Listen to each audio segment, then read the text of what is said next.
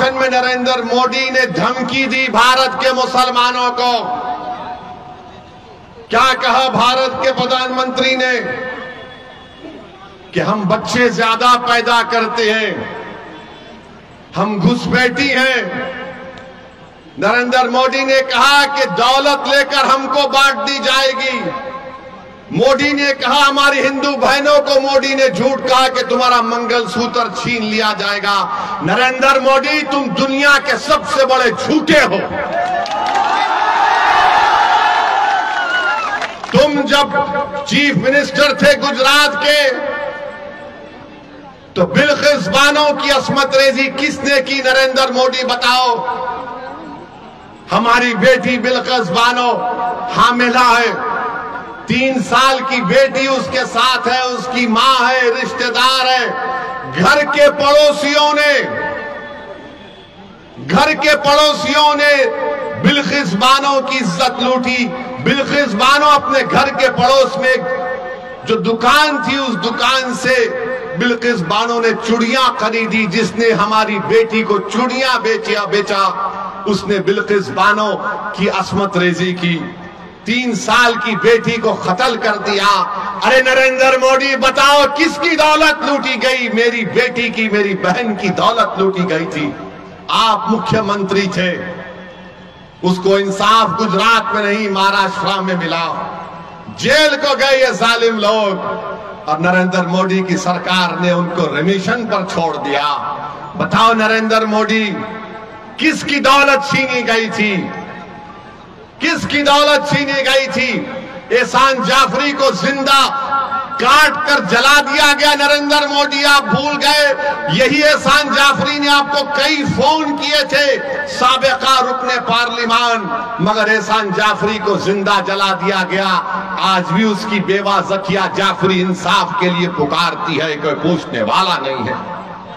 भारत के वजीर आजम, 133 करोड़ जनता के वजीर आजम, जो कहते हैं, झूठ कहते हैं सबका साथ सबका विकास, मगर कल का भाषण नरेंद्र मोदी का ऐसा नजर आ रहा था कि हिटलर बोल रहा है, भारत का वजीर आजम नहीं बोल रहा है।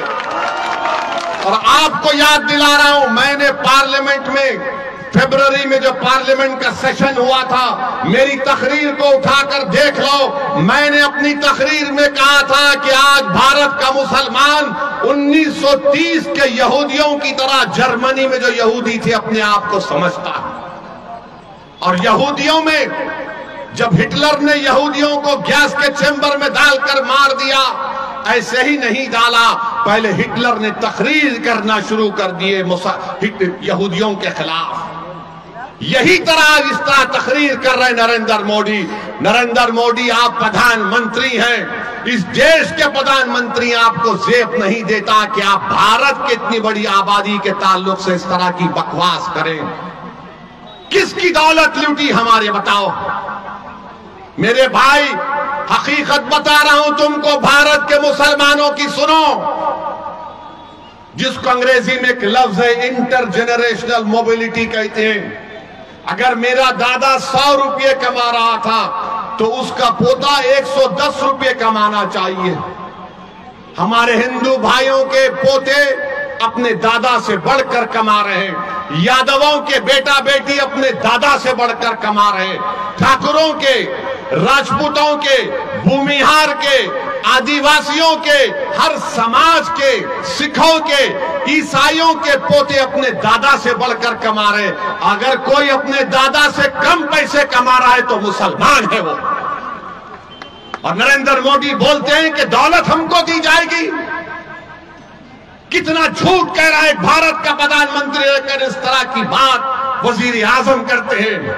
अरे आप देश के वजीर आजम हैं, आप किसी चौपाल के नेता नहीं हैं। आप सबके वजीर आजम की बात करना चाहिए था। और बोलते हैं कि हम बच्चे ज्यादा पैदा करते हैं। नरेंद्र मोदी, क्या आपके 6 भाई नहीं हैं?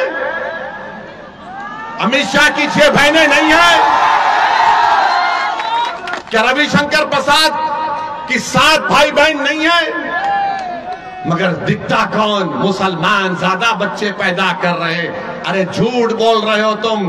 तुम्हारी गवर्नमेंट का आदादो शुमार डेटा कह रहा है कि मुस्लिम हमारी बेटियों का जो फर्टिलिटी रेट है उसमें कमी आई है, मगर ये पुरानी आदत ये बच्चे पैदा कर रहे हैं, ये बच्चे पैदा कर रहे हैं। नरेंद्र मोदी जी क्यों इतना झूठ बोलते? आदादो शुमार तो देख लो तुम्हारी। और मुसलमानों को घुसपैठी कहते हैं, घुसपैठी कहते हैं। पार्लियामेंट में 10 मरतबा 10 साल में सवालात पूछे गए, बताओ कितने घुसपैठी भारत में आए? मोदी की सरकार के पास कोई जवाब नहीं था, कोई जवाब नहीं है। 10 मरतबा पूछा गया और बोलते हैं घुसपैठी आए। अरे कहां से आ रहे घुसपैठी? अरे घुसपैठी आ रहे तो मोदी तुम क्या चाय पीकर सो रहे थे? रोकना था उनको। नरेंद्र मोदी जी सुनो, घुसपैठी कहां पर है मैं तुमको बताता हूं। लद्दाख में 2000 स्क्वायर किलोमीटर पर चाइना की फौज भारत की जमीन पर कब्जा करके बैठी है।